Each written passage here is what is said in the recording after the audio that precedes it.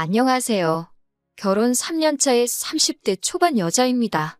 계획적인 건 아니었던 것 같은데요. 어쩌다 보니 시어머니를 모시고 살게 되었습니다. 남편이 막내이긴 하지만 집안의 유일한 남자라서요. 남편 위로 누나가 2명 있고 중풍 걸리신 홀어머니가 계십니다. 결혼할 때도 그 사실을 알고 있었고 모시고 사는 일은 절대 없을 거라고 남편이 말하기도 했습니다. 남편뿐만 아니라 신우들도 자기도 제 앞에서야 신우지. 자기들도 집에 가면 저와 똑같은 며느리라며 누구보다도 저를 이해해줄 수 있는 사람들이라고 하면서 아무리 엄마가 아파도 절대 저 혼자 모시게 하진 않을 거라는 말 믿고 결혼을 하게 되었어요. 정말 다시 생각해도 서럽고 눈물이 나네요. 어머님은 집에서 혼자 지내시고 신우들이 보내주는 돈과 남편이 보태는 돈 합쳐서 어머님 댁으로 전문 간병인을 불러 쓰고 있었습니다.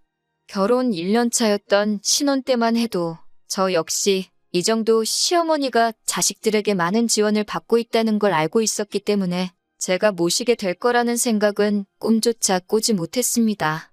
그런데 재작년 큰 신우가 자식들 조기 교육을 이유로 미국으로 이민을 떠나게 되었고 비슷한 시기에 코로나가 터지게 되면서 사업하던 둘째 신우네 가게가 서서히 안 좋아지다가 결국 망하게 되었습니다. 그렇게 저한테 걱정하지 말라고 제 편인양 행동했던 신우들이 그렇게 쉽게 말을 바꾸게 될 줄은 몰랐어요. 둘째 신우네가 망하게 되면서 간병인 쓸 돈을 보내주지 못하게 되자 큰 신우도 둘째가 안 내는데 내가 왜 내냐? 우리도 지금 미국에 이민 와서 자리 잡는데 힘이 든다. 알고 보니 한국으로 큰 돈 송금한 기록이 있으면 장기적으로 영주권을 받거나 할 때 좋지가 않다더라 하는 이유를 대면서 시어머니를 위한 지원을 끊게 되었습니다. 저는 결혼하자마자부터 전업주부를 하기로 해서 결혼 전에 다니고 있던 직장마저 그만둔 상황이었고요. 남편 월급이 넉넉하긴 했지만 저희 대출금 갚으며 생활비를 제외하고 나면 남편 외벌이로 시어머니의 간병인까지 쓰기에는 택도 없이 모자란 돈이었어요. 남편이 저한테 당분간은 살림 안 해도 되니 시어머니 좀 봐줄 수 없겠냐 사정사정을 하더라고요. 누나들을 다시 설득해보겠다. 그때까지만 부탁한다고요. 그래서 제가 낮에는 시댁을 오며 가며 어머님 간병을 하게 되었습니다. 그렇게 한 달을 시어머니 수발들면서 지내고 있었는데 신우들하고 이야기가 잘 안 되고 있는지 간병인을 새로 쓰는 건 정말 기약이 없겠더라고요. 시어머니 수발들며 보면 마음 한구석이 안타깝더라고요. 항상 누워 계셔야만 하고 혼자 힘으로는 제대로 움직이지도 못하시고 맨날 TV만 보고 있는 모습이 참 안쓰러워서 힘들었지만 남편한테 투정 한번 부리지 않고 꿋꿋이 모셨습니다. 신우들에게서 받던 지원이 이제는 불가능하다는 생각이 들기 시작할 때쯤 시어머니 보면서 안쓰러운 마음이 들기 시작했습니다. 그래도 내 남편 낳아주시고 키워주신 분이니까 하는 생각에 신우들 상황이 좋아질 때까지 제가 오며 가며 시어머니 봐드리는 게 아니라 우리 집으로 모시는 게 낫겠다는 생각이 들더군요. 남편이 정말 고맙다고 자기가 다른 건 몰라도 사람 하나는 제대로 봤다면서 자기가 아마 몰라도 전생에 나라를 구했나 보다 어쩌고 하면서 자화자찬을 하더라고요. 신우들한테는 어떻게든 지원금을 받아내겠다 몇 번을 다짐하듯 이야기했고 그렇게 벌써 2년이라는 시간이 지나버렸습니다. 참 힘들었네요. 그래도 시어머니께서도 항상 저한테 미안하다고 하시기도 하고 하루는 또 고맙다고도 하시고 내가 잘하고 있는 게 맞다고 믿으며 꿋꿋하게 버티며 살아왔는데 이번에 남편한테 너무 크게 실망을 하게 되었습니다. 얼마 전 일인데 친정어머니께서 빌라 계단에서 발을 헛디디시는 바람에 발목에 큰 부상을 입게 되었어요. 아버지가 집에 계시긴 하지만 낮 시간에는 회사에 나가셔야 하고 저희 집은 남편처럼 형제가 많은 게 아니라 저 혼자 외동이라서 간병인 쓰는 건 엄두도 안 났습니다. 고민 끝에 우리 엄마 다리 괜찮아지실 때까지만 우리 집에서 잠시 모시고 살면 어떻겠냐고 물어보게 되었습니다. 당연히 그렇게 하자고 할 줄 알았던 남편이었는데 단 1초의 망설임도 없이 그렇게는 힘들 것 같다고 거절하는 남편의 말에 그간 남편과 저 둘이서 서로를 위해 최선을 다해 살고 있다고 믿어온 시간이 무색하게 큰 실망을 하게 되었습니다. 여자는 출가회인이라고 하면서 어딜 장모님을 모시고 살겠냐는 말을 하냐고 하더라고요. 그렇게 가부장적인 면이 있는지도 몰랐고 시어머니 모시면서 살림하는 저의 부탁을 그렇게 무자르듯 단칼에 베어버리는 모습은 상상도 해본 적이 없어요. 저도 화가 나서 내가 여태껏 당신 어머니 2년 동안 그 어떤 보상도 바라지 않고 마음으로 우러나와 모셨다. 당신 어머님 똥오줌 한 번이라도 받아본 적 있느냐고. 다리 다쳐 집에서 혼자 화장실도 제대로 못 가시는 친정어머니가 지금 당신 어머니랑 상황이 다를 게 뭐가 있냐고 따졌습니다. 시어머니처럼 몇 년을 모시고 살겠다는 것도 아니고 혼자서 생활이 가능해지실 때까지 잠시만 우리 집에서 함께 지내자고 하는 건데 당신 보고 수발 들라고 부탁하는 것도 아니고 내가 알아서 하겠다는데 생각도 안 해보고 그렇게 단칼에 거절할 수 있느냐고요? 처음에는 어떻게 사위와 장모가 한 지붕에서 살 수 있겠냐고 발악을 하던 남편도 제가 조목조목 따져 물으니 나름 몇 가지 이유를 설명하더라고요. 자기가 혼자 벌고 있는 돈으로 시어머니까지 모시고 살고 있으니 생활비가 더 든다. 그런데 장모님까지 오시면 우리는 미래를 위해 저금을 언제 하느냐고. 장인어른이 간병비하라고 우리에게 돈을 보태주실 것도 아니지 않느냐고 하더라고요. 그리고 장모님이 이 집에 들어오시면 자기 어머니는 얼마나 마음이 불편하겠냐고. 스스로 몸도 제대로 못 가누는 모습을 사돈댁에 보여드리고 싶지 않으실 거 아니냐고 하더군요. 거기에 한마디 더 보태면서 장모님도 제가 시어머니 똥오줌 받으며 수발하는 모습 보시면 마음이 어떨 것이며 자기 딸 이렇게 고생시키는 저를 얼마나 모자란 사위로 생각하시겠냐고. 장모님을 집으로 모셨다간 집안 싸움이 일어날 거라며 그런 어이없는 이유를 대며 저와는 그 어떤 타협도 하지 않을 것처럼 보였고 무조건 안 되는 건 안 되는 거라고 끝까지 제 부탁을 들어줄 생각이 없어 보였습니다. 내가 당신 어머니를 다른 사람이라고 모신 줄 아냐? 평생을 함께할 배우자인 남편의 어머니니 모신 것 아니겠냐고 따졌더니 누가 언제 모셔달라고 부탁이나 했냐고. 네가 우리 집에서 모신다고 데려와 놓고서는 이제 와서 그걸로 생색이냐며 화를 내더라고요. 한참을 싸우고 남편은 집구석에 못 싣겠다며 밖으로 나가버렸습니다. 시어머니는 그 와중에 저와 남편의 대화를 다 듣고 계신 상황이었고요. 큰 소리가 들려서 안 들으려고 해도 들을 수밖에 없었다고 하시면서 저한테 미안하다고 사과를 하시더라고요. 시어머니가 남편을 설득해주겠다는 말 정도는 해주실 줄 알았는데 친정엄마 집에 모신다는 이야기에 대해서는 마치 못 들은 이야기 마냥 이런 방구 언급도 안 하셨어요. 참 남편이 말한 것처럼 제 팔자 제가 꼰 거나 마찬가지이긴 한 상황이지만 여태까지의 희생과 노력, 시간들이 무색하다는 생각이 들고 허망하더군요. 무슨 좋은 대답을 듣자고 말한 건 아니지만 제가 2년간 보상 하나 바라지 않고 해온 일들이 고작 이렇게 저에게 돌아온다니 여태까지의 시간에 회의감만 들 뿐이네요. 3년이라는 시간이 긴 시간은 아니지만 제가 이혼을 결심한다고 하더라도 혼자서 잘 헤쳐나갈 수 있을지 걱정도 되고 참 갑갑한 이 마음에 어디다 털어놓기라도 해보자는 마음에 사연 적어봤습니다. 제가 정말 이기적인 걸까요? 서러워서 괜히 창밖만 보게 되는 하루입니다. 후기를 전해드립니다. 여러분들의 댓글이 저한테 참 큰 힘이 되었네요. 남겨주신 댓글들 하나하나 꼼꼼히 다 읽었습니다. 저를 위로해주시고 격려해주신 모든 분들께 감사의 말씀을 전합니다. 그냥 답답한 마음에 적어본 사연인데 이렇게 많은 분들이 저를 위해 목소리를 내주실 줄은 상상도 못했어요. 덕분에 용기가 생겼습니다. 그날 이후로 남편은 저를 대하기가 어려웠던 건지 매일같이 어디서 술 마시고 새벽 다 돼서야 들어왔어요. 그러고선 아침 일찍 일어나 저한테는 말도 없이 씻으러 들어가고 잘 다녀오라는 제 인사까지 무시하고 혼자 도망치듯 집 밖으로 나갔고요. 그래도 미안한 마음은 있었는지 아예 저와의 대화를 피하려는 것처럼 보였습니다. 제가 남편에게 이 말을 전하기로 결심한 그날도 남편은 또 새벽이 다 돼서야 집으로 오려는 듯 퇴근 시간이 넘어도 들어오질 않더라고요. 그래서 편지 하나 남겨놓고 짐 챙겨서 친정으로 향했습니다. 편지에는 나는 우리 어머니 모셔야 하니 친정에 가보겠다고 그동안은 당신 어머니는 당신이 직접 모시라고 적어놨어요. 아픈 시어머니 두고 나오는 길이 마음이 편치만은 않았는데 저도 더 이상 참고 살 수 없기 때문에 뒤도 돌아보지 않고 친정으로 향했습니다. 의외였던 건 제가 남겨놓은 편지를 읽었을 남편에게서 그 어떤 연락도 오지 않았기 때문입니다. 친정어머니도 남편은 어쩌고 왔냐고 물으셨는데 자초지종을 설명하니 어머니는 많이 실망하신 눈치였지만 딱히 누구를 원망하지는 않으셨어요. 그렇게 짐 싸서 나오기를 2주가 지났을까? 저에게 연락이 온 건 남편이 아니라 둘째 신우였습니다. 둘 사이에 무슨 일이 있었는지는 모르겠지만 제발 그만 화 풀고 돌아오라는 연락이었어요. 이야기를 나눠보니 시어머니는 지금 둘째 신혼에 있는 것처럼 보였습니다. 남편이 제 편지를 읽고 저한테 사과하기에는 자존심이 상했는지 급한 대로 시어머니를 둘째 신우에게 부탁한 상황이었나 봐요.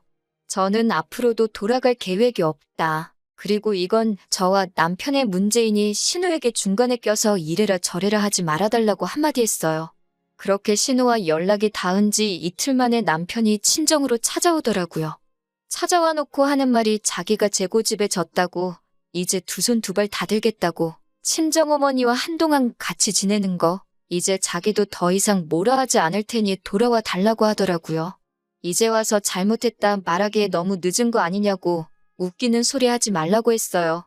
곧 이혼소송도 준비할 테니 이제 당신 부모는 당신 손으로 직접 모시라고, 더 이상 아픈 남의 어머니 모시기 위해서 내 어머니를 등질 생각 없다고 한마디 했습니다. 시모 모시고 산 2년간 제가 무슨 불만이라도 말한 적 있냐고. 불만 한마디 말한 적 없는데 신우는 다른 사람도 아니고 자기 어머니를 2주 만에 포기하지 않았느냐. 그것만 봐도 나는 이제 할 만큼 한 것 같으니 이제 그만 여기서 갈라서자고 말했어요. 남편은 지지 않고 콧방귀를 끼면서 친정으로 제 발로 나간 주제에 무슨 이혼을 논하느냐 하더라고요. 말도 없이 시어머니 저버리고 친정으로 달아난 저에게 이혼의 책임이 있으니 자기도 맞소송을 하겠다고 자기한테 위자료 줄 준비나 하고 있으라고 하더군요. 시어머니는 저한테 위자료 받아서 그 돈으로 간병인 써서 모셔야겠다고 하면서요. 솔직히 그때 겁이 많이 나기는 했어요. 제가 제 발로 집을 나왔는데 이혼소송에서 불리하게 적용될 거라는 남편 말이 틀린 말이 아닌 것만 같아서. 그래도 이렇게 큰 결심을 했는데 재판 결과가 겁이 난다고 꼬리를 내리고 그 집구석으로 돌아가고 싶지는 않았습니다. 그런데 오히려 법원에서는 별거의 이유에 남편의 책임이 크다는 판결을 내려주더군요. 오랫동안 시어머니를 간병하고 애써온 저에 대한 배려가 없는 남편에게 파탄의 책임이 더 크다는 판결을 내려주었습니다. 남편이 제게 으름장처럼 해놓은 말과는 다르게 파탄 사유는 제가 아닌 남편에게 있다는 판결이었습니다. 말인즉슨 제가 위자료도 청구할 수 있었다는 거예요. 거기에 여태껏 시어머니 모시며 가사일 해온 부분도 인정을 받아 많지는 않지만 재산 분할까지 받게 되었어요. 현재는 이혼이 완료된 상태고요. 소송 이후에도 신우들에게 너무한 것 아니냐. 여태 우리 엄마 수발 들었는데 너는 정도 없냐는 말을 듣기는 했지만 저는 충분히 할 만큼 그 이상을 했다고. 오히려 자식된 도리로 자신들을 낳아준 부모를 먼저 저버린 게 누군데 누가 누구한테 큰 소리냐며 따지니 신우들도 아무 말도 못하더군요. 이러나 저러나 시어머니는 저 때문에 몸도 불편하신데 마음의 상처를 받으셨겠지요. 하지만 남편이 저에게 자식된 도리를 강요한 만큼 남편도 저를 위해 자식된 도리를 해줬다면 일어나지도 않았을 일이라 생각하기에 그 부분에서 제가 양심의 가책을 느낄 이유도 없다고 생각합니다. 남편은 자기가 뿌린 씨앗을 거두게 된 거고 저는 거기에 일말의 책임조차 질 이유가 없다는 거예요. 댓글 남겨주신 분들이 저에게 용기를 보태주지 않으셨다면 저 혼자서는 절대 해내지 못할 일이었던 것 같습니다. 3년이란 헛된 시간을 남의 부모에게 효도한 만큼 제 남은 인생은 저희 부모님을 위해 효도하며 살아가려고 합니다. 다시 한번 여러분들께 감사드립니다. 다음에는 이런 사연 적는 일 없는 게 더 좋은 거겠지요? 그렇게 될 거라 생각하고 이렇게 저는 이만 물러나도록 하겠습니다. 안녕하세요. 결혼 생활 1년 만에 이혼을 앞두고 있는 여자입니다. 돈이 웬수인 건지 아니면 남편의 자격지심이 문제인 건지 이렇게 결혼 생활이 끝나버릴 줄은 상상도 못했습니다. 24살의 친구 소개팅으로 동갑내기인 남편을 만나게 되었습니다. 둘 다 어렸으니까 당연히 결혼을 목적으로 만난 건 아니었고 가벼운 마음으로 만난 사이였습니다. 당시 저는 졸업을 앞두고 있었고 남편은 군대에서 전역해 3학년이었어요. 1년 정도 사귀다가 저는 유학을 갔고 남편은 졸업을 했습니다. 그 무렵에는 제가 귀국을 할지 안 할지 정해지지가 않아서 헤어진 것도 사귀는 것도 아닌 애매한 사이로 지내고 있었어요. 그러다 제가 대학원을 마치고 한국으로 취업을 하면서 귀국을 했고 남편도 그 사이에 직장을 잡았습니다. 그렇게 다시 만나게 된 저희는 2년 정도의 연애를 하고 결혼까지 하게 되었습니다. 무엇보다 그 긴 시간 동안 마음 변하지 않고 한자리에서 저를 기다려준 모습이 너무 좋았어요. 제가 해외에 있는 동안 남편의 존재는 많은 위로와 위안이 돼주었고 그렇기에 저희 부모님도 남편을 무척 마음에 들어 하셨어요. 하지만 막상 결혼 준비를 하면서 시댁이 많이 어렵다는 사실을 알게 되었습니다. 지방에 계시는 시부모님은 전에는 공장에서 근무를 하셨고 신우와 남편이 취직을 하면서는 일을 그만두셨다고 했습니다. 지금 두 분이 거주하시는 20평대 작은 아파트가 재산의 전부라 들었고 은행에 대출이 좀 있다고 하시더라고요. 남편 말에 의하면 신우들도 시집갈 때 자기들이 모은 돈에 대출받아서 갔다고 했습니다. 그런 사정을 전에 듣게 된 친정부모님은 걱정이 많으셨고 저에게 이 결혼을 진지하게 생각해보려고 하셨습니다. 저희 친정이라고 해서 유난히 재산이 많거나 그런 건 아닙니다. 하지만 사업을 하셨던 저희 부모님은 노후 준비도 다 되어 있으시고 서울과 경기의 아파트도 두 채 가지고 계셨습니다. 시댁과 비교했을 때는 확실히 나은 조건이기는 했어요. 친정 부모님은 결혼 생활이라는 게 사랑만으로 하는 건 아니라고 잘 생각해보고 결정하라 하셨지만 저는 그때만 해도 오히려 친정 부모님이 야속하기도 했어요. 돈이라는 게 있다가도 없고 없다가도 있는 거라고 생각했고 아직 저희 둘 다 젊으니까 앞으로 열심히 벌고 모으면 된다고 생각했지 시댁의 경제 상황이 저희 부부에게 어떤 큰 영향을 끼칠 거라고는 생각지 못했거든요. 친정 부모님은 제가 남편을 얼마나 사랑하는지 아셨기 때문에 이 결혼 못 시킨다라고 끝까지 말리시진 못하셨고 결국 허락해 주셨습니다. 단지 저에게 말씀하시길 살다가 힘들면 언제든 돌아오라고 하시더군요. 그렇게 결혼을 진행하게 되었습니다. 시부모님은 하객으로 부를 사람도 많지 않고 도와주실 능력도 안 되신다며 저에게 알뜰하고 간소하게 식을 올리라고 하셨습니다. 하지만 하나뿐인 딸이 결혼을 한다고 하니 친정 부모님께서는 해주실 수 있는 한 최고로 좋은 것만 해주고 싶어 하셨습니다. 친정아버지는 그냥 우리 쪽에서 다 부담하면 어떻겠냐고 하셨지만 저는 남편에게 부담을 주고 싶지도 않았고 친정 부모님께 그렇게 시작부터 손을 벌리고 싶지도 않았습니다. 그래서 결국 시부모님이 처음에 말씀하셨던 대로 간소하고 조촐하게 식을 올렸습니다. 결혼식도 지원을 못 해주신다 하셨고 신우들도 다 자기 능력으로 시집 갔다고 했으니 경제적인 부분에 있어서는 시댁에 아무런 기대도 없었습니다. 그나마 다행인 건 결혼 전 친정부모님이 제 앞으로 해주신 작은 아파트가 있었기에 그곳에서 신혼생활을 시작하게 되었습니다. 이미 기존에 제가 쓰던 가구며 가전제품들이 구비되어 있었기 때문에 일단 서로의 예산이 허락하는 한에서 몇 가지만 바꾸기로 했어요. 그리고 여기까지도 저는 아무런 불만도 없었습니다. 종종 친정이나 시댁에 도움 없이 시작하는 사람들을 듣고 봐왔고 저는 개인적으로 대단하고 멋지다고 생각했거든요. 그에 비해 저희는 집도 준비되어 있었고 그 때문에 아낄 수 있는 부분이 많았기 때문에 여러모로 이미 유리하게 시작해서 다행이라고 여겼습니다. 하지만 제가 시댁에 바라는 게 아무것도 없었음에도 불구하고 결국엔 돈 때문에 시부모님과 안 좋아지게 되었습니다. 저희 집들이 때였어요. 지방에 계신 시부모님도 올라오셨고 신우들도 왔어요. 제가 미리 준비한 음식 몇 가지와 배달 음식을 더해 한상 차렸고 다들 맛있다고 준비하느라 고생했겠다고 한마디씩 해주었습니다. 다들 하호 웃고 분위기도 괜찮았어요. 그러다 시어머니가 저희 집 TV를 보더니 TV가 너무 좋다 하시면서 우리도 TV를 바꿔야 되는데 그러시더라고요. 그러자 신우들도 맞아, 엄마 집 TV 너무 오래됐지. 전에 보니까 TV 바꾸긴 해야겠더라 하며 한마디 더 하더라고요. 저는 그게 저희한테 하는 말씀일 거라고는 상상도 못했습니다. 단지 속으로 저번에 갔을 때 화면 잘 나오고 소리 잘 나고 멀쩡해 보였는데 그 사이에 고장이라도 났나? 생각만 했어요. 그래서 시어머니께 TV가 왜요?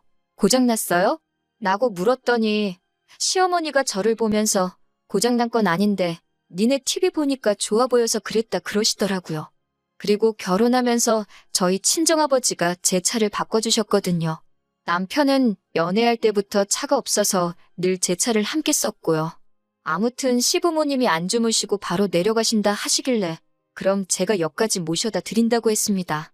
그렇게 시부모님을 차에 태워드렸는데 이번에는 연신차가 너무 좋다 하시면서 우리도 차 바꿔야 되는데 또 그러시더라고요. 제가 뭐 딱히 할 말도 없고 그래서 전 그냥 운전만 하고 있었습니다. 다만 아까 TV도 그렇고 왜 자꾸 저런 말씀을 하시지 싶기는 했어요. 집들이를 하고 며칠 지났을 때였어요. 남편이 우리 요즘 여유자금 좀 있나? 하고 물어보더라고요. 제가 조금 모아둔 돈이 있긴 한데 왜? 라고 물어보니까 아니, 그럼 우리 이번에 부모님 TV 좀 바꿔드릴까? 그러더라고요. 그래서 제가 신혼인 우리가 그걸 왜 바꿔드려? 아직 우리 거 살 것도 많은데. 그랬어요. 그러자 남편이 그때 시어머니가 갖고 싶어 하는 거 저도 받지 않냐면서 그냥 하나 효도한다 생각하고 사드리면 안 되냐고 그러더군요. 그래서 제가 능력되면 자기가 자기 돈으로 바꿔드리라고 나는 그럴 능력이 안 된다고 그랬습니다. 그리고 그럼 우리 부모님은 뭐 해드릴 건데? 라고 물었어요. 그러자 장인 장모님은 돈 많으시잖아? 그러는 거예요. 제가 그래서 양쪽에 똑같이 할 거 아니면 싫다고 했어요. 남편 기분이 안 좋아 보였지만 저도 기분이 안 좋았기 때문에 더 이상 아무 말도 안 했습니다. 결혼 전부터 남편이 시댁에 한 달에 얼마씩 보내고 있는 건 알고 있었습니다. 하지만 남편이 없는 형편의 아들 서울로 대학 보내고 매달 얼마씩 지원해 주신 게 감사해서 이 정도는 해드리고 싶다고 했기에 저도 그 부분에 있어서는 아무 말도 하지 않았고 그만하게 하지도 않을 예정이었어요. 사실 남편 논리대로면 저희 부모님도 돈이 남아 돌아서 저 대학 보내고 유학 보내주신 건 아니니까 평생 열심히 아끼고 모으신 걸로 해주신 거니까 저도 남편 생각처럼 친정에 돈도 드리고 싶지만 저희 친정 부모님은 제가 잘 사는 게 중요하다고 당신들은 신경 쓰지 마시라 하셨거든요.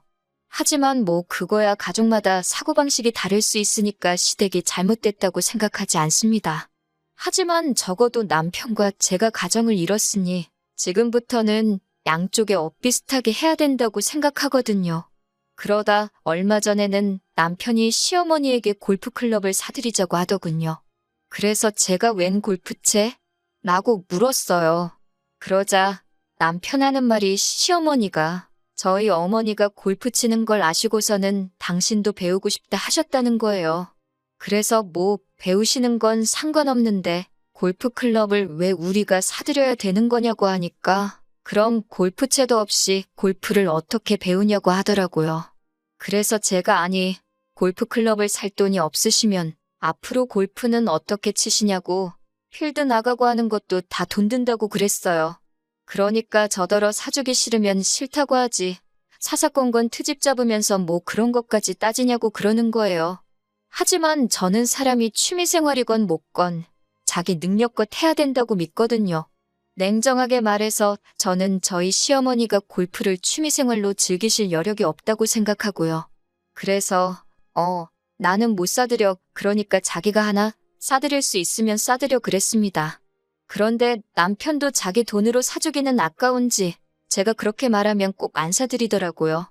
아무튼 그 일이 있은 뒤 저도 마음이 편치만은 않아서 친정어머니께 이런 일이 있었다 말씀을 드렸습니다. 그러자 친정어머니는 그냥 하나 사드리지 그러냐고 하시더라고요. 그래서 제가 나는 이게 이번이 처음이 아니다. 앞으로 이런 일이 번번이 있을까봐 걱정이 된다고. 그리고 앞으로 우리도 애 낳고 하면 돈 들어갈 일이 투성이니까 미리 준비도 해야 돼서 안 될 것 같다고 그랬습니다. 친정어머니도 제 말에 동의하시고 이해해 주셨지만 그래도 시어머니와 제가 괜히 껄끄러워질까봐 걱정하시는 눈치셨어요. 친정어머니는 저에게 그러면 엄마가 쓰던 골프클럽이라도 일단 가져다 드릴래? 그러시는 거예요. 취미로 배워보신다는 거니까 한번 해보시고 정말 재밌으시면 그때 사는 걸 생각해도 되지 않겠냐고요. 제가 생각해봐도 좋은 생각인 것 같아서 그러겠다고 했어요. 그리고 남편에게 이 소식을 전했습니다. 그러자 남편이 난리가 났어요. 시어머니를 거지로 아냐면서 어떻게 장모님이 쓰던 걸 시어머니를 가져다 줄 생각을 하냐고요. 제가 우리 형편에 당장 새 것 사드릴 능력은 안 되니까 나는 좋은 마음으로 가져다 드리려는 건데 뭘 그렇게 난리냐고 그러니까 자기는 자기 엄마가 불쌍해 죽겠대요. 고생고생해서 자기를 이만큼 키워놨는데 자기는 효도도 마음대로 못한다면서 너무 죄송스럽고 미안하다는 거예요. 그 말을 듣고 있는데 어이가 없더라고요. 그러면 결혼은 뭐하러 했냐고 그냥 시어머니 옆에서 효도나 하고 살지라며 제가 뭐라고 했습니다. 그러자 남편이 한다는 말이 능력 있는 며느리가 있으면 더 잘해드릴 수 있을 줄 알았다는 거예요. 그런데 있는 사람이 더하다면서 저더러 너무 인색하다는 거예요. 진짜 이 말 듣는데 나한테 뭐 돈 맡겨놓은 거 있나 싶더라고요. 제가 시부모님이 날 키웠냐, 널 키웠지. 왜 나한테 그런 걸 바라냐고. 그러니까 자기는 장인장모님한테 아들 같은 사위가 되려고 하는데 너는 너무 선을 긋고 있는 거 아니냐는 거예요. 그래서 제가 우리 부모님이 우리한테 뭐 사달라고 해달라고 한 게 하나라도 있냐고 물었어요. 이 집도 친정 부모님이 안 해주셨으면 어쩔 뻔했냐고요. 그러자 남편은 더 가관인 말을 하더라고요. 이 집만 아니었으면 신혼부부 특혜로 대출받아서 더 좋은 집에서 살 수도 있었는데 이 집 살면서 집값 오르니까 저만 혜택을 보고 있는 거래요. 대출받아봤자 전세밖에 더 가냐고요. 그리고 저랑 살면서 이 집값이 오르면 결국 그 돈 남편이랑 저랑 같이 쓰고 살지 저 혼자 먹고 살 거 아니잖아요. 그런데 어쩜 속으로 저렇게 멍청한 생각을 하고 있나 싶더라고요. 그날 이후로 남편과는 뭐 필요한 대화만 하면서 며칠을 지내게 되었는데 남편이 너무 찌질하고 자꾸 부담 주는 시부모님도 불편하고 이혼만이 답인 것 같더라고요. 그래서 남편에게 그냥 이혼하자고 했어요. 이런저런 스트레스 받기도 싫고 괜히 죄책감 느끼는 것도 짜증난다고요. 그랬더니 남편은 세상 천지의 어떤 며느리가 시부모님한테 뭐 하나 사드리기 싫다고 이혼을 하냐면서 자기가 미안하다고 그렇지만 자식된 입장에서 부모님께 잘해드리고 싶어서 그런 거니 저더러 이해해달라고 하더라고요. 그렇게 사과 같지도 않은 사과를 하면서 자꾸 스스로 합리화시키는 남편을 보니 더 정이 뚝 떨어졌습니다. 그래서 이혼을 하려고 알아보니 이런 사유로는 이혼을 하기가 쉽지 않았습니다. 그래서 집을 팔려고 내놨어요. 그러자 남편이 그러면 우리는 어디 가서 사냐고 하길래 나는 친정에 들어갈 테니 당신은 당신 알아서 하라고 했습니다. 남편은 어이없어 했지만 이 집은 전적으로 제 것이니까 남편의 동의 같은 건 애시당초 필요하지도 않았어요. 며칠 전에는 남편이 죽어도 안 나간다고 버티길래 결국 경찰까지 불렀습니다. 결국 남편은 저에게 독한 여자라며 치사하고 더럽다고 시댁으로 갔고 이 상황을 알게 되신 시부모님이 저에게 전화를 걸어 막말과 악담을 퍼부으셨습니다. 그건 고스란히 녹음되어 제가 가지고 있습니다. 변호사 말에 의하면 이런 식의 폭언이 몇 차례 반복되면 이혼 사유가 될 수 있다고 잘 모아두라고 하더군요. 시간은 좀 걸리겠지만 벌써 마음은 홀가분합니다. 처음에는 마음 한구석으로 왠지 모를 미안함도 있었지만 그것도 이제는 후를 털고 마음 편하게 살아보려고 해요. 안녕하세요. 저는 결혼을 앞두고 있던 20대 후반의 여성입니다. 사람이라면 누구나 남에게 멋져 보이고 싶고 잘나 보이고 싶다는 거 저도 공감합니다. 하지만 뭐든지 정도껏 해야 얘기로 봐주고 넘어갈 수 있는 거 아닌가요? 저와 결혼을 앞두고 있던 남자친구는 지역 모임에서 만났습니다. 제가 지금 다니는 회사에 취업을 하게 되면서 이사를 오게 되었는데 동네에 친구가 한 명도 없으니 외롭고 심심하더라고요. 그래서 동네 친구를 사귈 겸 동네 사람들이 자주 이용한다는 지역 모임에 가입을 하게 되었습니다. 처음에는 온라인에서 대화를 주고받다가 정모에 참석하게 되었거든요. 그곳에서 남자친구를 알게 되었네요.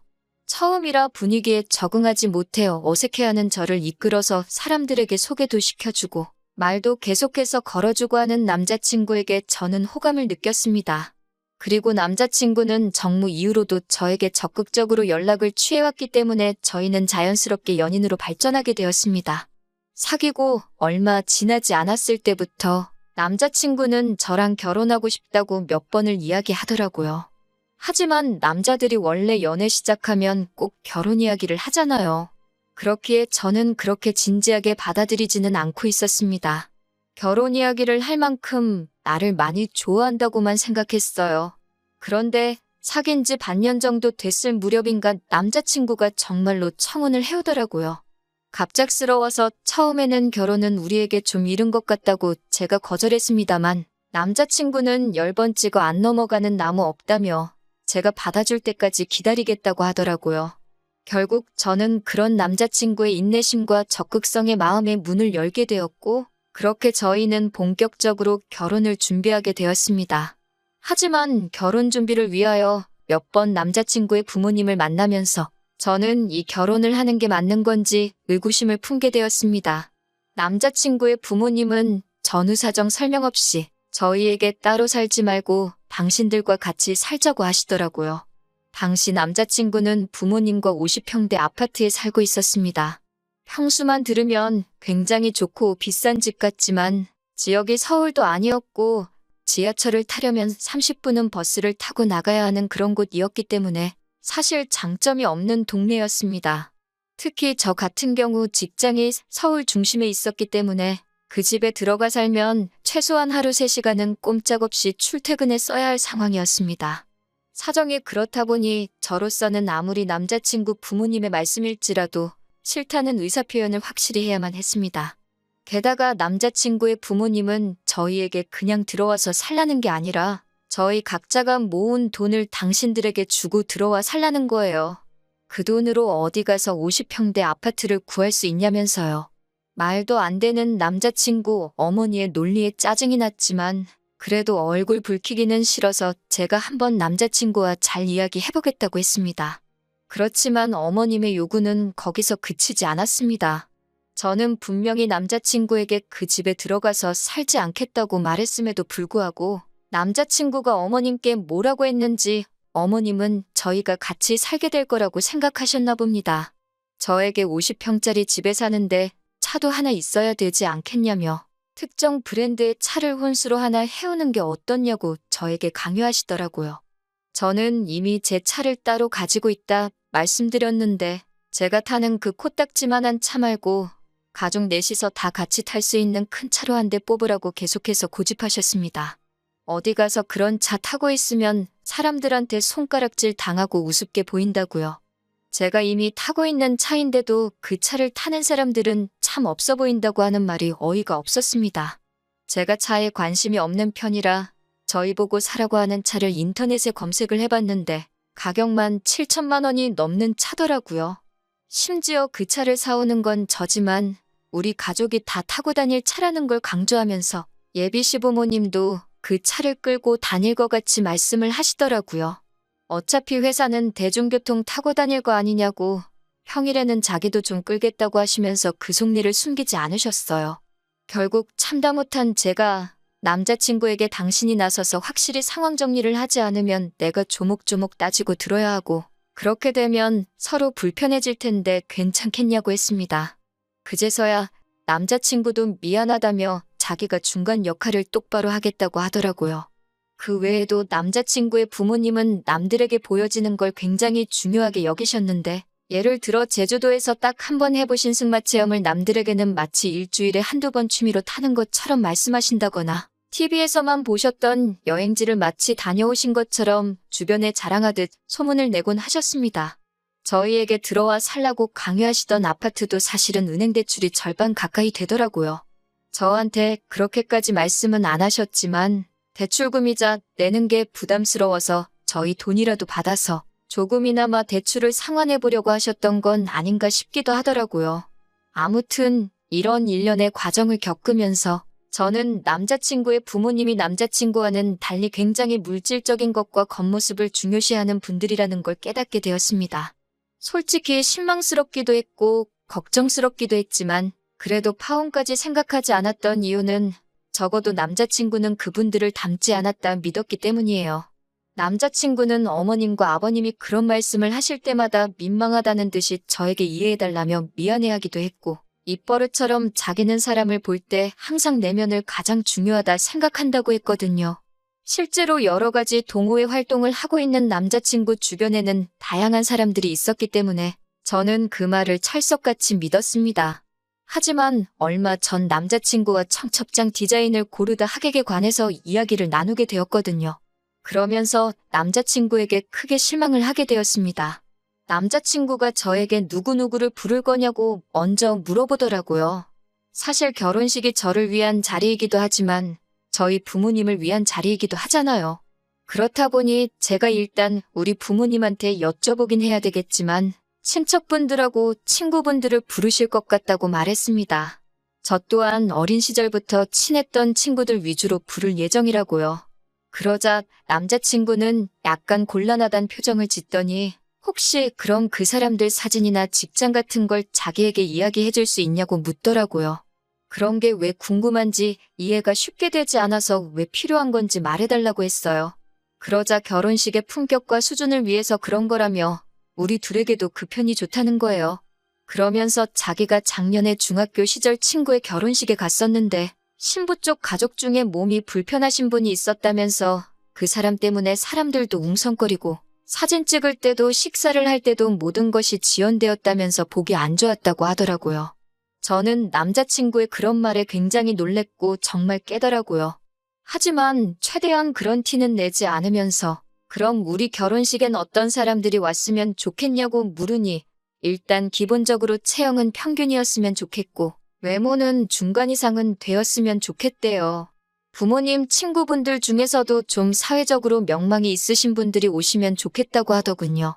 그러면서 장인어른도 공무원이시고 장모님도 선생님이시니까 그런 거야 뭐 걱정 안 해도 되겠지라고 확인하는 남자친구에게 솔직히 정이 뚝뚝 떨어지더라고요.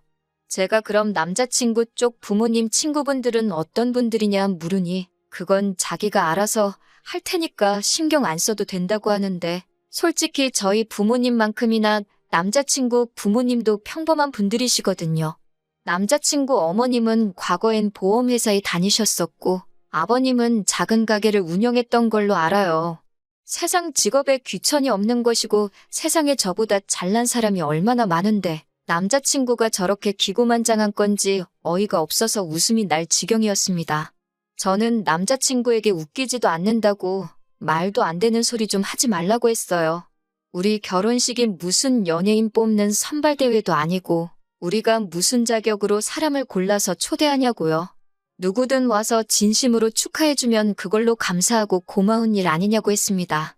남자친구는 저더러 뭘 몰라도 너무 모른다면서 그럼 어른들이야 그렇다 쳐도 적어도 제 친구들만큼은 좀 수준 있는 여성들로 초대하라고 하더군요. 저는 속으로 그럴 일은 절대로 없을 거다라며 콧방귀를 뀌었습니다. 이때도 파혼까지는 생각하지 않았는데 그 이유는 저런 썩어빠진 정신머리는 살면서 뜯어 고쳐 놓으려고 했거든요. 하지만 그럼에도 불구하고 제가 남자친구와 결국 헤어지기로 마음을 먹은 이유는 남자친구의 노트북에서 보지 말아야 할 것을 봤기 때문이에요. 그날도 평소처럼 남자친구와 결혼식에 관한 세부적인 사항도 정할 겸해서 카페에서 만나 데이트를 하고 있었습니다. 그러다 남자친구가 화장실을 간다고 잠시 자리를 비웠는데 배탈이라도 난 건지 오래 돌아오지 않더라고요. 그러다 남자친구가 두고 간 노트북이 눈에 띄었습니다. 평소라면 별 관심이 없었을 텐지만 그날따라 친구들하고 도대체 무슨 이야기를 하는지 궁금해지더라고요. 남자친구의 노트북 비밀번호는 사실 이미 데이트를 하면서 의도치 않게 여러 번 본 적이 있어서 내용을 보는데 아무런 문제가 없었습니다. 하지만 차라리 보지 않았다면 나았을까요? 남자친구는 제가 친구들과 찍은 사진을 바탕으로 무슨 발표 자료처럼 정리를 해놓았더라고요. 이 친구는 얼굴이 A급이다. 이 친구는 다니는 회사가 좋다던가. 또 다른 한 친구는 얼굴은 예쁘지만 조금 싸 보이고 직업도 별로다 등등. 제 친구들을 외모, 학벌, 직업 등등 해서 자기가 뭐라고 제 친구들을 등급을 매기고 있었던 겁니다. 결혼식을 앞두고 저희 주변 여러 친구들에게 남자친구를 소개하기도 했었고 평소에도 제가 남자친구에게 친구들에 대해서 자주 이야기했기 때문에 남자친구도 제 친구들에 대해서 학교나 직업 같은 기본적인 이야기는 들어서 알고 있었거든요. 저는 어이가 없었지만 그래도 남자친구에게 확실히 이런 짓을 한 의도가 뭔지 물어봐야겠다 생각했습니다. 어떤 오해나 의심만으로 경솔하게 파혼을 하고 싶지는 않았으니까요. 하지만 안타깝게도 제 추측은 정확히 맞아떨어졌습니다. 곧 화장실에서 남자친구가 돌아왔고 저는 솔직하게 몰래 노트북을 살펴본 것부터 사과를 했습니다. 하지만 남자친구는 예상과 달리 놀라지도 않았고 화도 내지 않더라고요. 저는 남자친구에게 제가 발견한 것들에 대해서 말하고 도대체 왜 이렇게까지 내 친구들을 분류하고 정리해 놓았는지 그 이유가 도대체 뭐냐고 물었습니다. 그러자 남자친구는 저번에 자기가 이야기하지 않았냐며 자기는 우리 결혼식에 수준 있고 교양 있는 여성분들만 참석해서 자리를 빛내주길 바란다고 하더군요. 대체 왜 그렇게까지 해야 하냐고 묻자 자기가 결혼식에 초대한 하객들은 대부분 다 돈이 많고 학벌도 좋은데 그런 친구들에게 걸맞는 여자들을 보여줘야지 훗날 우리가 그 덕을 좀 보지 않겠냐고 오히려 저에게 대묻더라고요. 그제서야 아니라고 믿었던 내 남자친구가 정말 정신이 썩어빠진 인간이었다는 걸 실감하게 되었습니다. 저는 남자친구에게 내 친구들이 무슨 한우도 아니고 등급 매겨서 장사를 하려는 거냐고 화를 냈습니다. 남자친구는 제가 화를 내고 있는데도 자기가 뭘 잘못했는지도 모르고 오히려 저한테 뭘 그렇게 기분 나빠하고 있냐며 위화해 하더라고요. 수준 맞는 사람들끼리 만나는 건 당연한 거 아니냐고 그러면서 저한테도 주변에 별볼일 없는 친구들은 이참에 하나둘씩 정리하라고 하더라고요. 그 말을 듣는데 실망감이 이루 말할 데가 없었습니다. 저는 남자친구한테 애써 설명할 필요 없다고 아니라고 믿었는데 정말 그 부모의 그 자식이라고 가진 것 뭣도 없으면서 허세만 가득한 거는 집안 유전인가 보다 쏘아붙이고 자리에서 일어났습니다. 네가 점수 매겨놓은 내 친구들보다 잘난 점이 뭐가 있냐고 어디 한번 스스로한테도 등급을 매겨보라고 당장 학벌이고 직업이고 대단한 거 하나 없는 사람이 감히 타인을 평가질하고 있냐고 소리쳤습니다. 그동안 연애를 하면서도 제가 이 정도로 화를 낸 적이 없었어서 그런가 남자친구는 말도 제대로 못하고 얼어있더라고요. 저는 남자친구한테 결혼이고 뭐고 다 끝이라고 참는데도 정도가 있다고 말하고는 뒤도 돌아보지 않고 자리를 나왔습니다. 그렇게 결혼을 앞두고 파혼을 하게 되었습니다. 남자친구와는 모임에서 만났기 때문에 이 모임 저 모임 발을 담그고 있는 남자친구를 마주치기라도 할까봐 저는 그 뒤로 모임을 그만 나가게 되었습니다. 모임에서도 저희가 결혼을 앞두고 있다는 사실을 알던 사람들이 많았기 때문에 저와 남자친구를 동시에 아는 사람도 많았어요. 그리고 얼마 전에 그 중에 한 명에게서부터 남자친구의 소식을 듣게 되었습니다. 남자친구의 부모님은 대출금을 제때 상환하지 못했는지 집이 경매에 넘어갈 위기에 처해졌다고 하네요. 저희가 모은 돈을 가지고 그 집으로 들어와 살라고 했던 건 정말 제가 모은 돈 가지고 대출금을 상환하려던 계획이었다는 부분이라는 사실에 온몸에 소름이 다 돋더라고요. 게다가 모임에도 그 사실이 전부 소문이 퍼지게 되었고 그 와중에 남자친구가 사람의 배경을 보고 가려가면서 만난다는 것까지 까발려지게 되었다고 합니다. 그도 그럴 것이 사람들 만날 때마다 직업이 뭔지, 학교는 어디 나왔는지가 제일 궁금한 사람이니 그 본성을 들키는 건 시간 문제였던 거였겠죠. 그런 이야기가 도는 가운데 모임에 누가 봐도 잘난 사람이 들어오게 되면서 스스로 열등감을 느낀 건지 소문 때문에 그런 건지 어느 순간부터 모임을 도망치듯 더나 코빼기도 보이지 않는다네요. 걷는 놈 위에 뛰는 놈, 뛰는 놈 위에 나는 놈이 있다고 세상에 얼마나 멋지고 잘난 사람들이 많은데 그런 건 생각도 안 하고 기고만장해서 남 무시하는 남자친구가 이번 일을 통해서 제발 철 좀 들었으면 하는 바람입니다. 안녕하세요. 혼자서 딸 하나를 키우고 있는 30대 중반의 여성입니다. 남편과 이혼한 지 벌써 반년이 넘었네요. 이제는 좀 괜찮아진 것 같다가도 한 번씩 속에서 우라가 치밀어 올라옵니다. 그럴 때면 이불 속에 들어가 숨죽여 펑펑 울기도 하고 뒷산에 올라 소리를 지르기도 했는데 오늘은 한번 일기처럼 적어보려고요. 남편이 저에게 프로포즈를 할 당시에 저를 다른 이름으로 부른 적이 있어요. 그때 너무 수치스럽고 속상한 마음에 결혼이고 뭐고 필요 없다고 다 뒤집어 엎어버리자고까지 했습니다. 남편이 저에게 프로포즈를 하려고 참고했던 영화의 주인공 이름과 헷갈렸다며 울며 빌며 변명을 했지만 저는 받아주지 않았어요. 정말 손이 발이 되도록 빌면서 일주일 내내 저희 집까지 찾아오는 모습에 저도 그렇지만 저희 부모님마저도 저렇게 진심인 사람인데 오해를 푸는 게 좋지 않겠냐 해주셔서 저도 남편을 용서하고 믿어줬거든요. 그런데 이런 더러운 꿍꿍이가 있을 거라고는 상상도 하지 못했습니다. 여자로서 결혼식에 대한 환상도 있었고 친정 부모님 역시 하나뿐인 딸의 결혼식을 위해 많은 것을 해주고 싶어 하셨지만 시부모님께서는 예전에 사업에 실패하신 이후로 지인분들과 사이가 좋지 못하시다며 가까운 친지들만 불러 작은 결혼식을 했으면 좋겠다고 하셨습니다. 대신 신혼집은 시댁에서 마련해줬어요. 지은 지 얼마 안 돼 보이는 작은 빌라였는데 안에는 이미 가전제품과 가구까지 다 갖춰져 있었습니다. 한마디로 몸만 들어가서 살면 되는 상황이었습니다. 시댁에서 이 정도로 배려를 해주시니 저희 집에서도 결혼식에 대해서 어느 정도 양보를 하는 쪽으로 결론이 났었어요. 결혼하고 얼마 지나지 않아 저는 임신을 했습니다. 예정보다 빠른 임신이라 놀라기는 했지만 기쁜 마음이 더 컸지요. 임신 사실을 확인하고 얼마 뒤 저의 임신을 축하하기 위해 아주버님네 부부와 신혼의 부부까지 온 가족이 시댁에 모여 함께 점심을 먹게 되었습니다. 엄연히 서열상 제가 막내이다 보니 아무리 시어머니께서 가만히 있으라고 하셔도 마음이 편치가 않더라고요. 그런 부담감 때문인지 점심을 먹고 얼마 지나지 않아 속이 점점 불편해졌습니다. 어떻게든 시댁 화장실에서 토하는 상황은 피하고 싶었기에 저는 조심스레 작은 방으로 들어갔습니다. 잠깐 누워서 쉬려는 생각이었어요. 방에 선풍기도 없고 갑갑해서 창문을 아주 살짝 열어놓고 한쪽에 누워 있었는데 얼마 지나지 않아 두런두런 말소리가 들려오더라고요. 들어보니 신우와 남편의 목소리였습니다.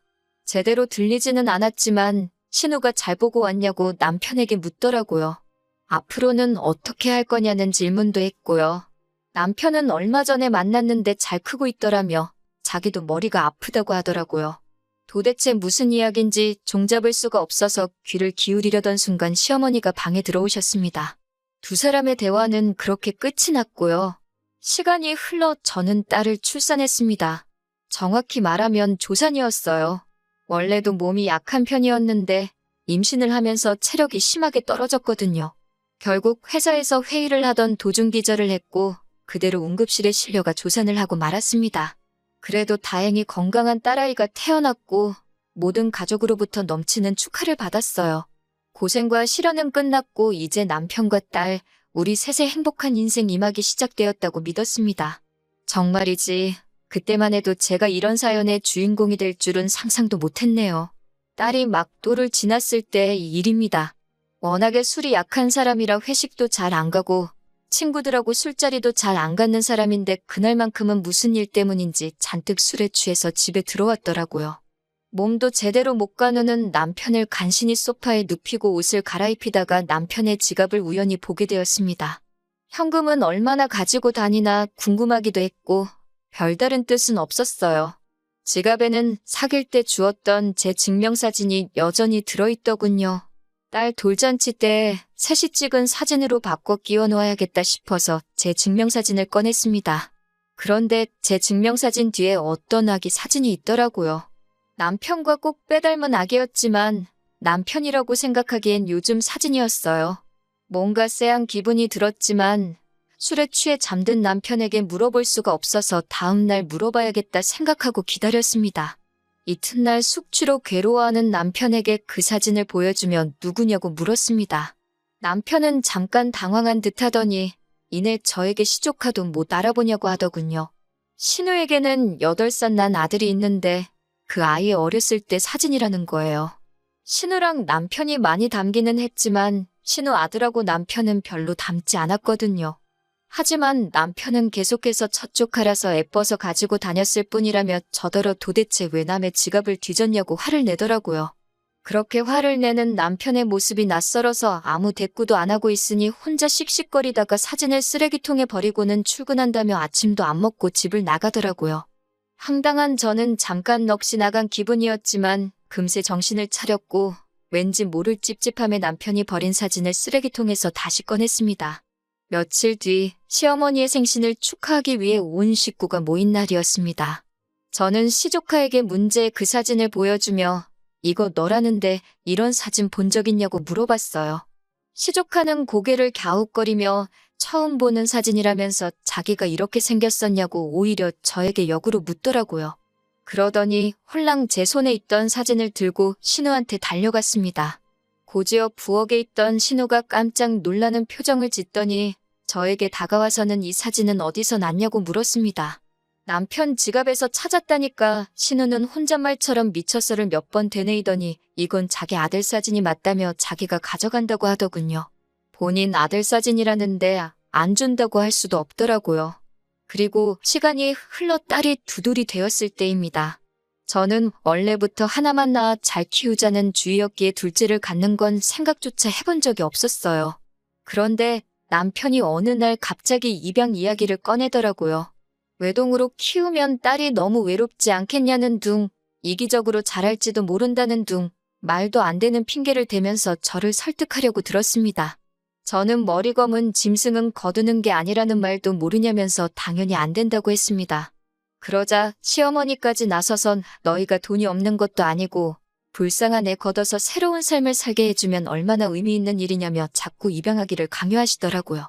그렇게 한 2주 가까운 시간 동안 사람을 얼마나 볶아대는지 정말 노이로제에 걸릴 지경이었습니다. 입양에 집착하는 남편과 시어머니를 보고 있으니 자꾸 기분 나쁜 생각이 들었습니다. 혹시 남편한테 내가 모르는 숨겨진 아이가 있는 건 아닐까 그런 끔찍한 상상까지 들더군요. 결국 고민 끝에 나름의 해결책을 생각해냈습니다. 제가 아이를 직접 고르겠다고 했을 때 남편이 어떻게 나올지 보고 마음을 정하는 걸로요. 저는 남편에게 그럼 같이 고아원에 가보자고 했습니다.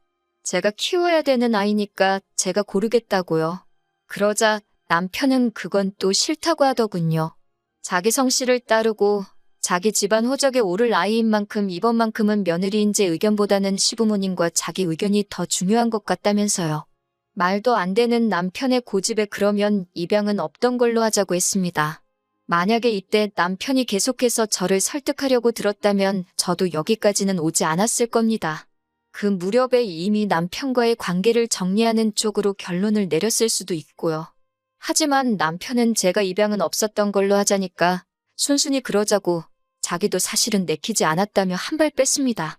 그런 남편의 모습에 저는 솔직히 안도감까지 느꼈습니다. 정말로 자기 자식이었다면 그렇게 쉽게 포기할 리 없다는 확신이 있었으니까요. 그렇게 다시 아무 일도 없었던 듯이 평화로운 날들이 흘러갔습니다. 딸은 쑥쑥 자랐고 어느덧 3번째 생일을 앞두고 있었던 때였어요. 남편은 갑자기 출장에 잡혔다며 내일 모레 이틀 정도 집을 비워야 할 것 같다고 하더군요.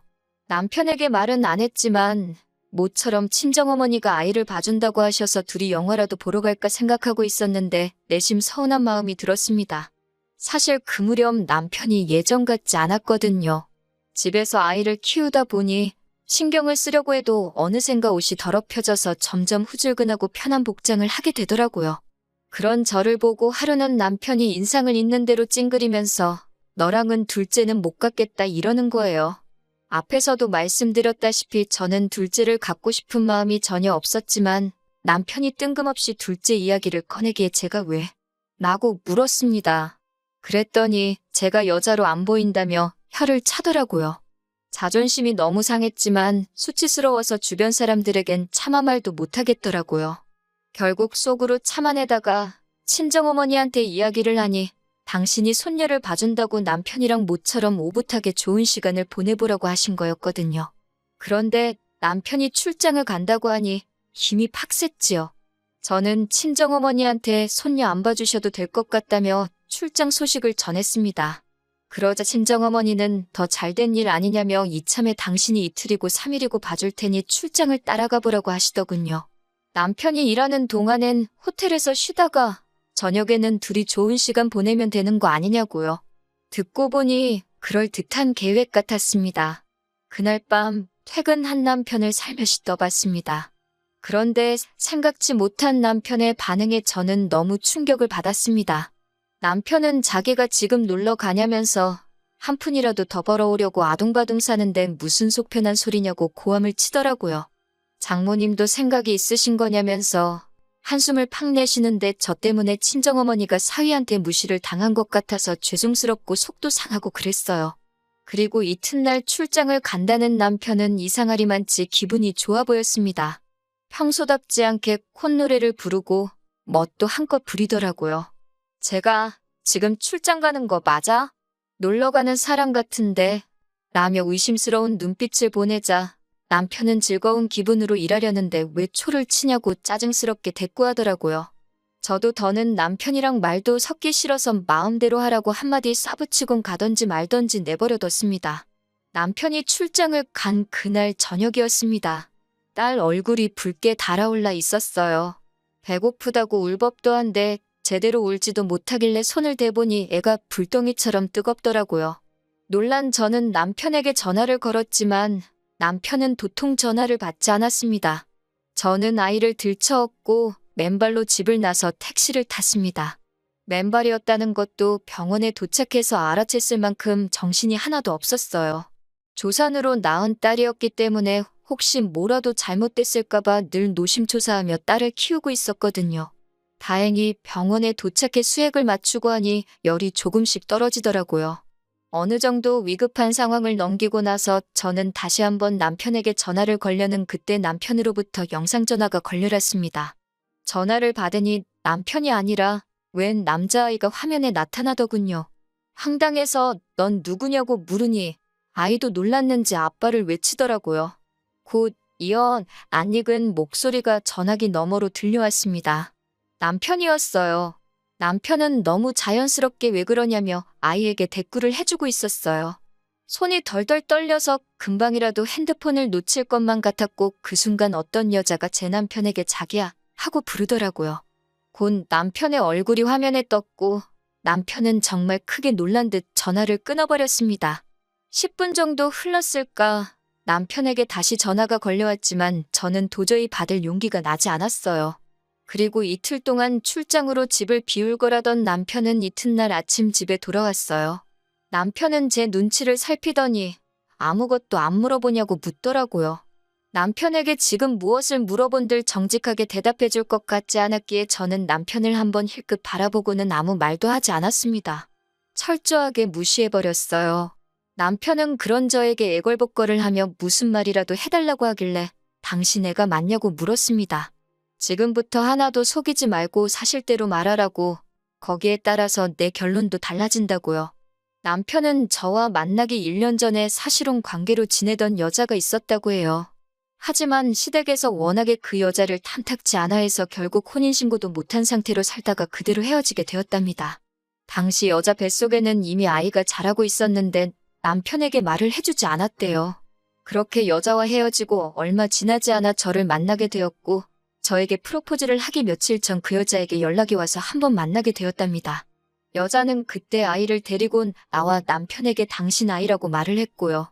남편은 믿을 수 없었기에 친자검사까지 했고 그 결과는 99.99% 일치였다고 했어요. 남편은 점점 차분한 목소리로 평정을 되찾아가며 저에게 하나씩 고백하고 있었습니다. 그런데 지금 그 여자가 재혼을 하고 싶다면서 지금까지 자기가 아이를 키웠으니 그 시간만큼 이번엔 남편더러 아이를 키우라고 했다는군요. 저를 설득해서 입양을 해볼까도 했지만 그건 차마 저한테 못할 짓인 것 같았고 그 와중에 아빠의 존재를 알게 된 남자아이가 하도 아빠 보고 싶다고 타령을 해서 이번에도 내려갔던 거라면서 오해하지 말랍니다. 그 여자와는 더 이상 아무 사이도 아니라고요. 하지만 남편 말을 고지고대로 믿을 수는 없었지요. 저는 왜 처음부터 솔직하게 말하지 않았냐고 물었고 남편은 그랬다면 제가 자기와 결혼했겠냐면서 저를 포기할 수 없었답니다. 사실 남편의 말에 거짓이 있든 없든 더 이상 저는 관심이 없었어요. 마지막으로 혹시 당신 말고 시댁 식구들 모두 이 일을 알고 있냐고 물으니 묵묵부답이더군요.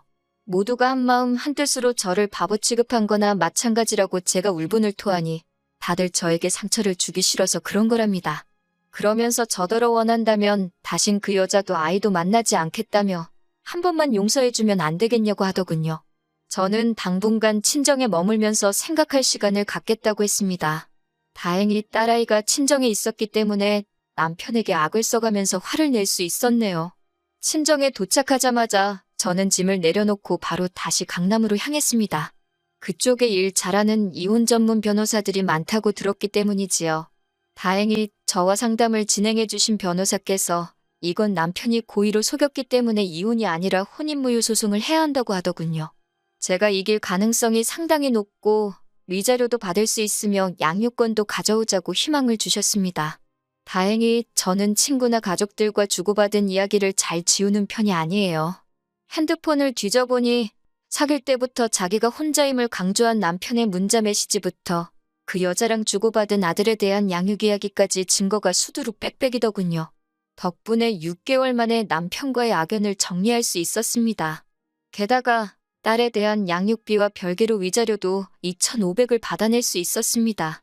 딸아이가 혼인 외 출생아가 된 점은 가슴에 사무칠 만큼 속상했지만 딸도 언젠가는 이 엄마의 마음을 이해해 주리라 믿는 수밖에 없었네요. 남편은 지금도 미안하다고 종종 사과의 뜻을 담은 장문의 문자를 보내오곤 합니다. 자기에게 영원한 사랑은 저 하나뿐이라면서 언제든 용서가 되면 돌아와 달라고요. 제가 여자로 보이지 않는다고 하자마자 그 여자랑 알콩달콩 두 집 살림 해가며 지내놓고는 거짓말을 하려거든 입에 침이나 바르고 하라고 한마디 해줬네요. 처음부터 자식이 있는 사실을 숨기고 제게 접근했으면서 결혼하고 나서 그 애까지 키워달라면 제가 좋다구나 키워줄 거라 생각했냐고. 마음 같아서는 그 여자고 당신이고 내 눈앞에서 머리채를 다 뽑아버려도 시원찮을 판인데 이 정도에서 끝내주는 걸 고마워하라고 한마디 했어요. 우리 딸아이 양육비 하루라도 늦게 보내주기만 해보라고. 내가 어떻게 나올지 궁금하면 한번 그렇게 해보라고 울음장을 놓으니 그제서야 그 입을 다물더군요. 나는 그 여자랑 다를 거라고 내 배불러 낳은 자식 당신에게 보여줄 생각은 없다고 했습니다. 아이가 어느 정도 자라서 친부에 대해서 궁금하다 물으면 그때 가서 다시 생각해보겠다고요.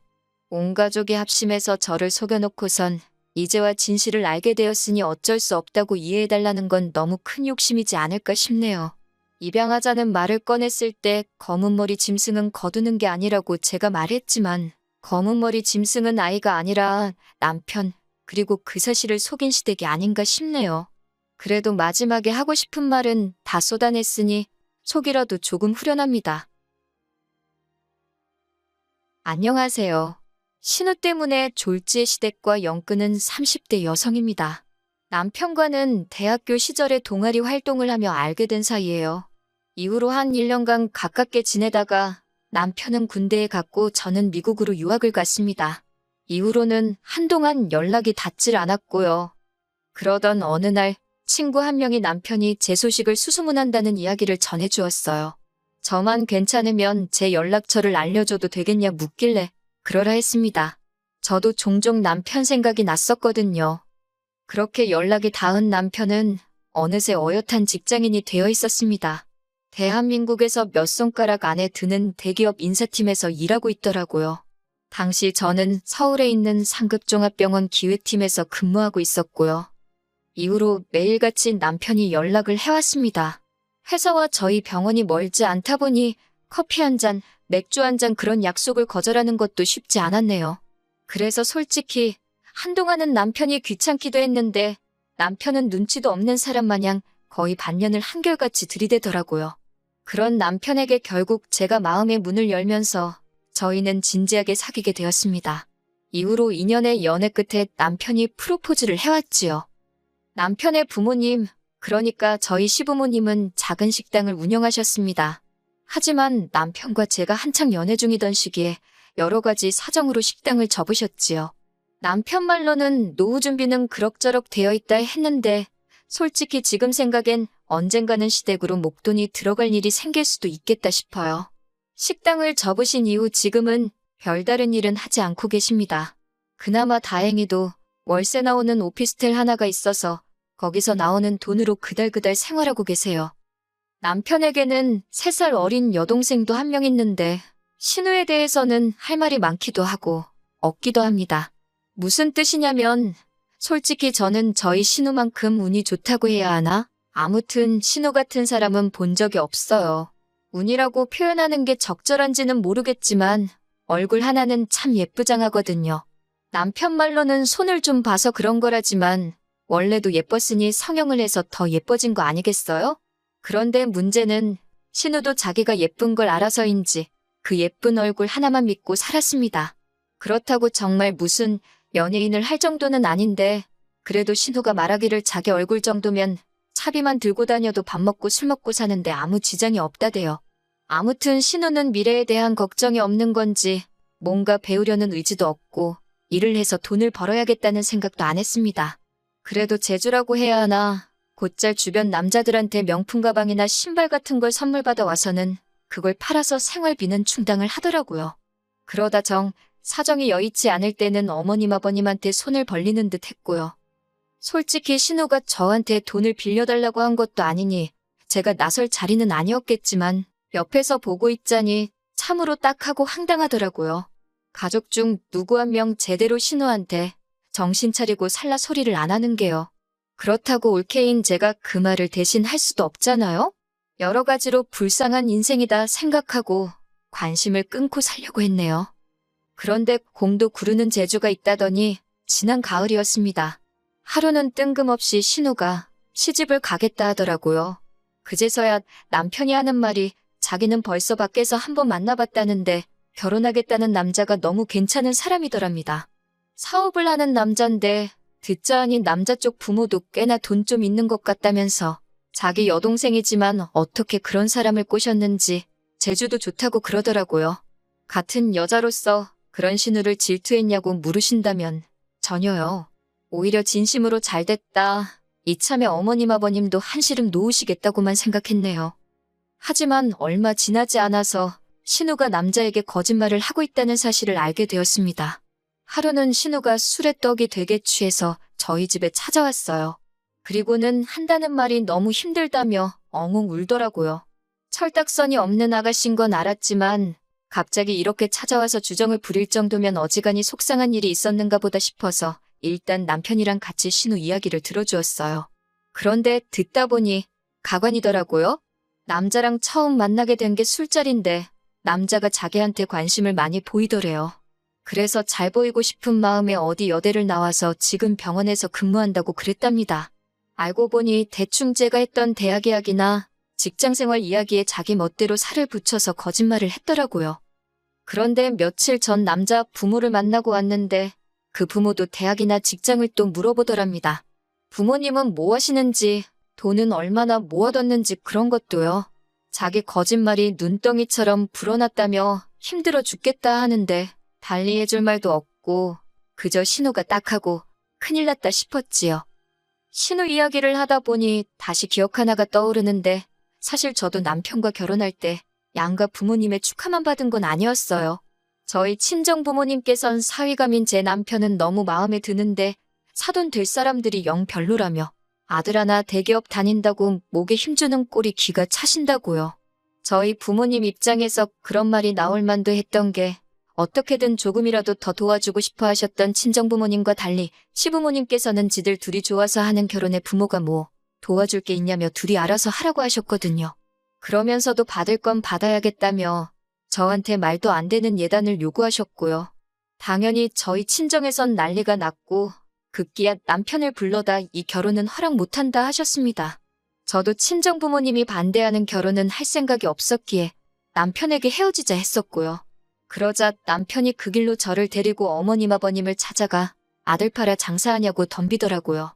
저 없으면 자기도 살 이유가 없다면서 결국 어머님 아버님이 저와 저희 부모님한테 미안하다 하시면서 상황은 일단락되었습니다. 그리고 기왕 말이 나와서 말인데 남편이 저보다 연봉이 한 1,000만 원 정도 많은 건 사실이에요. 시간이 지나면 그 차이가 더 커질 수도 있겠지요. 하지만 일단 제 경우 병원이라는 데가 웬만하면 잘릴 일이 없어요. 게다가 친정이 경제적으로 유복한 편이거든요.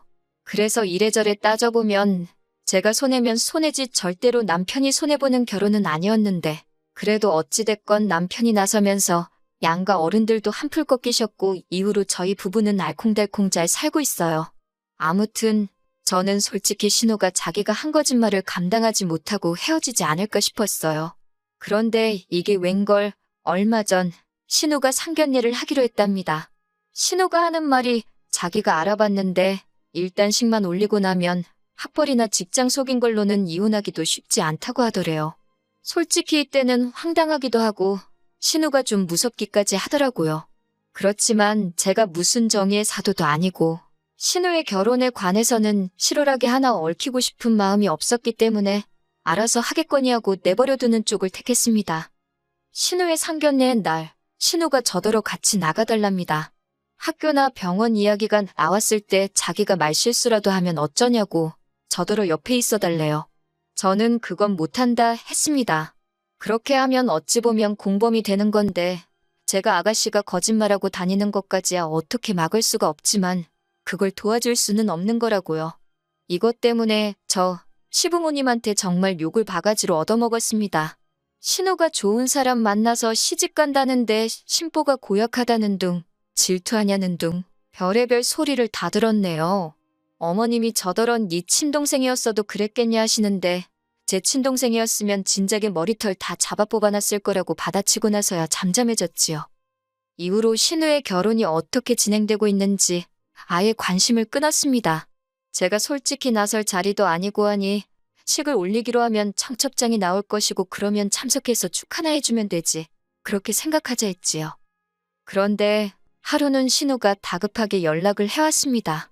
저희 병원에는 직원들에 한해서 소개로 오는 가족이나 지인들에게 60%의 병원비를 할인해주는 제도가 있어요. 예전에 어머님도 한번 혜택을 보셨기 때문에 남편은 물론이고 시댁 식구들 모두 그런 제도가 있다는 걸 알고 있지요.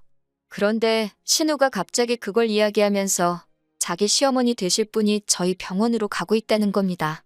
다른 병원에서 백내장 수술을 하기로 하셨는데 자기가 아무 생각 없이 그 병원 너무 비싸다며 그 혜택 이야기를 했다는 거예요. 자기는 돈이 없으신 분도 아니고 해서 할인받자고 병원을 옮기실 줄은 몰랐다면서 그러면서 저더러 일단 제 이름으로 할인 좀 해달랍니다. 자기는 지금 지방이라서 병원에 쫓아와 볼 수도 없다고. 이게 무슨 말도 안 되는 상황인가 싶어서 황당하기 짝이 없더라고요. 무엇보다 그 두 번의 혜택 중 이미 한 번은 연초에 쓴 상태였고 남은 한 번은 저희 이모가 쓰기로 되어 있었어요. 복잡한 치과 치료라서 돈이 많이 들기도 했고 그런 걸 떠나서 진작부터 이모한테 쓰게 해드린다고 약속해 놓은 상황이었으니까요. 신우한테도 알아듣게끔 상황 설명을 했지만 신우는 막무가내였어요.